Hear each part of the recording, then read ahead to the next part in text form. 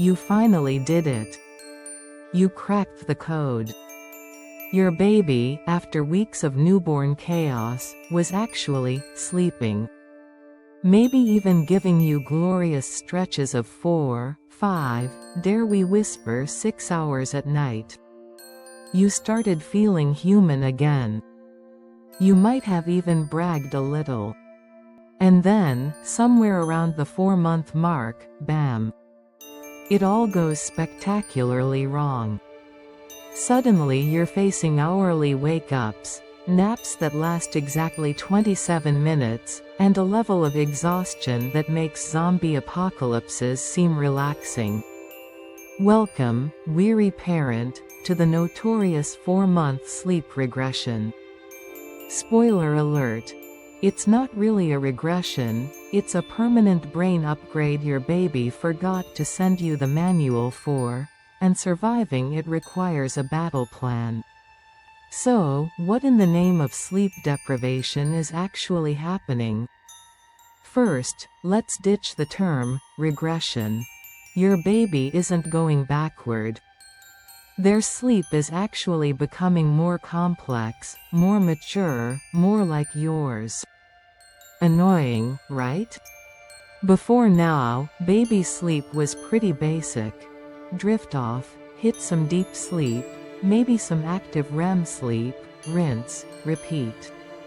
It was simple, like software version 1.0. Around 4 months, their brain installs a major update, Sleep Software 2.0. Now, they cycle through multiple stages of sleep, just like adults. Drifting off, light sleep, deep sleep, more light sleep, REM sleep, maybe a brief waking, and then hopefully, back around again. Here's the cruel twist. This upgrade means they spend more time in lighter stages of sleep and have more potential waking points between cycles. Newborns could often transition between sleep cycles almost seamlessly. But now, as your 4-month-old finishes one sleep cycle, which might only be 45–60 minutes long during the day, maybe 90,120 minutes at night, they drift into that lighter sleep stage, maybe even briefly wake up, and suddenly realize, hey, I'm not being rocked. Where's the pacifier? Why isn't milk magically appearing in my mouth? If they haven't yet learned the crucial skill of falling asleep independently, they can't connect those sleep cycles on their own. Result? They cry out for whatever magic got them to sleep in the first place, you. Every single time they finish a cycle. All night long. It's not them being difficult, it's their brain's new operating system hitting a snag because the self-reconnect feature hasn't been fully installed yet. And just to make things extra fun, this sleep maturation often coincides with other massive developmental leaps around 4 months. They're becoming way more aware of their surroundings, ooh, shiny, making it harder to switch off. They might be learning to roll over, and promptly get stuck on their tummy, furious. Teething might start lurking. Their feeding needs might be changing. It's a perfect storm of developmental milestones conspiring to torpedo sleep. How do you know if you've officially entered this foggy new world? The signs are usually painfully obvious. Frequent night wakings. Your previously decent sleeper is now up every hour or two, sometimes more. Ouch. Short naps.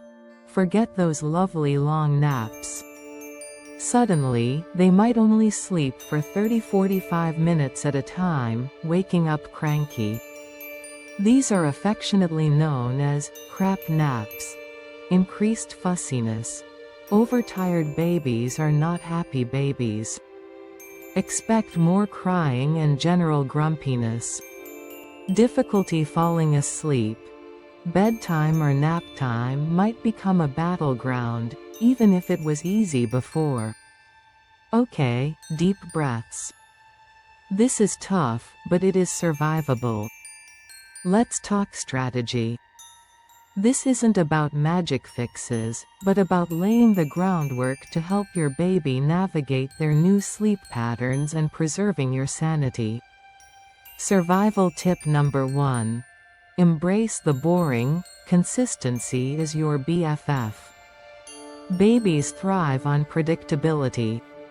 Their internal clocks are still developing, and a consistent routine acts like a powerful signal for when it's time to wind down and sleep. Solid bedtime routine. Keep it simple, calm, and predictable every single night. Maybe 20–30 minutes. Think bath, PJs, feed, make sure feeding ends before they fall asleep if possible. A quiet song or short book, then into the crib. Same steps, same order, every time. Nap routine. A shorter version of the bedtime routine signals nap time is coming. Dim the lights, maybe a quick song. Watch wake windows. At this age, 4–6 months, babies can typically only handle being awake for about 1.5 to 2.5 hours before getting overtired. Pushing them past this window makes it harder for them to fall asleep and stay asleep. Track their awake time and start the wind-down routine before they turn into a fussy mess. Consistency helps regulate their internal clock. Survival tip number 2. Build the sleep cave. Optimize the environment. Make their sleep space as conducive to sleep as humanly possible. Treat it like setting the stage for a very important, very quiet performance. Darkness reigns supreme. Invest in blackout curtains. Make the room pitch black for all sleep, naps included. Darkness cues the brain to produce melatonin, the sleepy hormone. Even a sliver of light can interfere. Bring the noise, white noise, that is, continuous, boring white noise, like static, a fan, or rain sounds, can be magical. It mimics the constant sound in the womb and, crucially, helps mask sudden jarring noises from outside. Doorbells, siblings, your desperate tiptoeing, that could startle them awake between sleep cycles. Keep it running for the entire duration of sleep. Cool it. A cool room is generally better for sleep. Aim for around 20–22 degrees Celsius, 68–72 Fahrenheit. Dress baby appropriately in layers, avoiding overheating. Safety first, always. This is non-negotiable. Firm, flat mattress. Empty crib or bassinet, no bumpers, no loose blankets, no pillows, no stuffed animals. Always place baby on their back to sleep. Survival tip number 3. The gentle nudge. Encourage independent sleep skills. This is the holy grail, but also the trickiest part. The goal is to help your baby learn to fall asleep without relying on something you have to provide every time they wake up, like rocking, feeding to sleep, holding, pacifier replacement. How? Drowsy but awake, the classic advice. Try putting your baby down in their crib when they are calm and showing sleepy cues, but not fully asleep yet. This gives them the opportunity to practice drifting off on their own. Will it work immediately? Probably not. Will it involve protesting? Likely. But it's about creating the chance. Pause before rushing in. When baby wakes, especially at night, resist the urge to immediately jump in. Wait a minute or two, unless they sound truly distressed. Sometimes, they might fuss briefly and manage to settle themselves back down. Giving them that tiny window is crucial practice. Gradual changes. If you always rock baby to sleep, try rocking less vigorously, or stopping just before they're fully asleep. If you feed to sleep, try shifting the feed slightly earlier in the routine. Small, gradual steps towards independence. Self-correction. Avoid mentioning specific sleep training methods like Ferber or cry it out to stay clear of giving prescriptive advice. The key is providing consistent opportunities and gentle support for them to figure it out. Survival tip number 4. Fuel up right, optimize feeding. Hunger can definitely disrupt sleep. Full feeds during the day. Make sure baby is getting adequate milk, breast or formula intake throughout their waking hours. Distracted daytime feeding can lead to more night waking for calories. Minimize distractions during feeds. Consider night feeds strategically. A 4-month-old might still genuinely need 1 or 2 night feeds. Respond to hunger cues. However, try not to automatically offer a feed at every single waking, especially if they just ate an hour or 2 ago. They might just need help connecting cycles. The dream feed debate.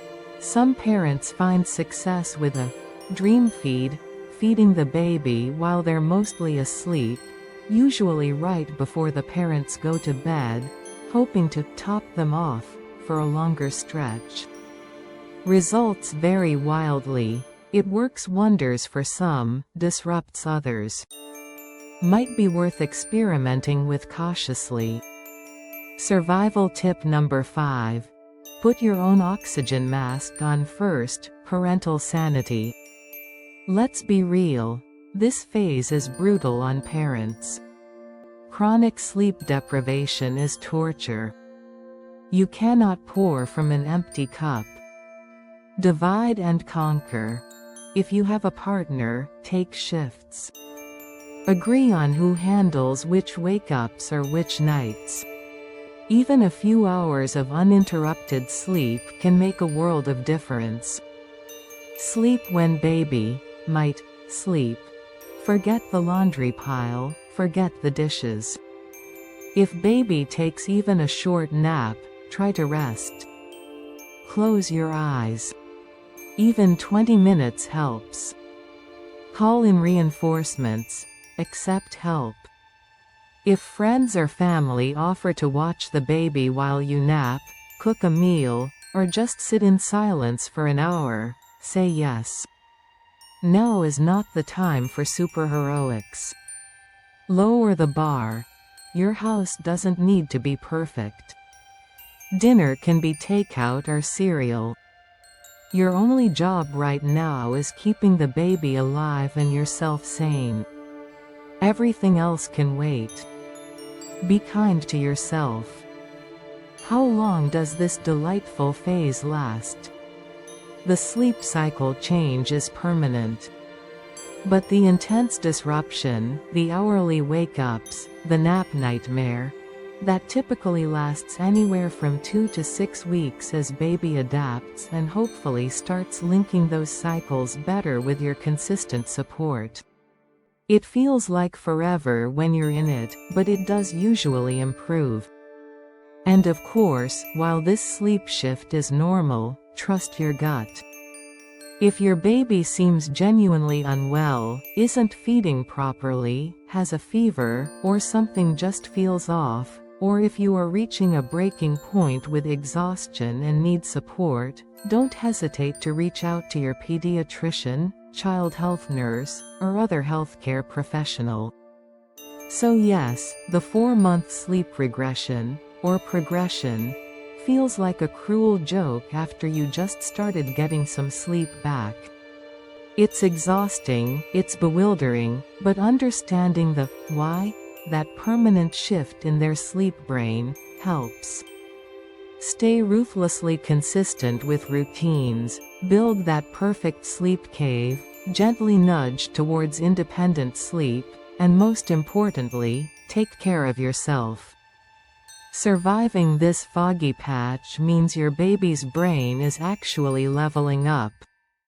Small comfort, perhaps, but it's something.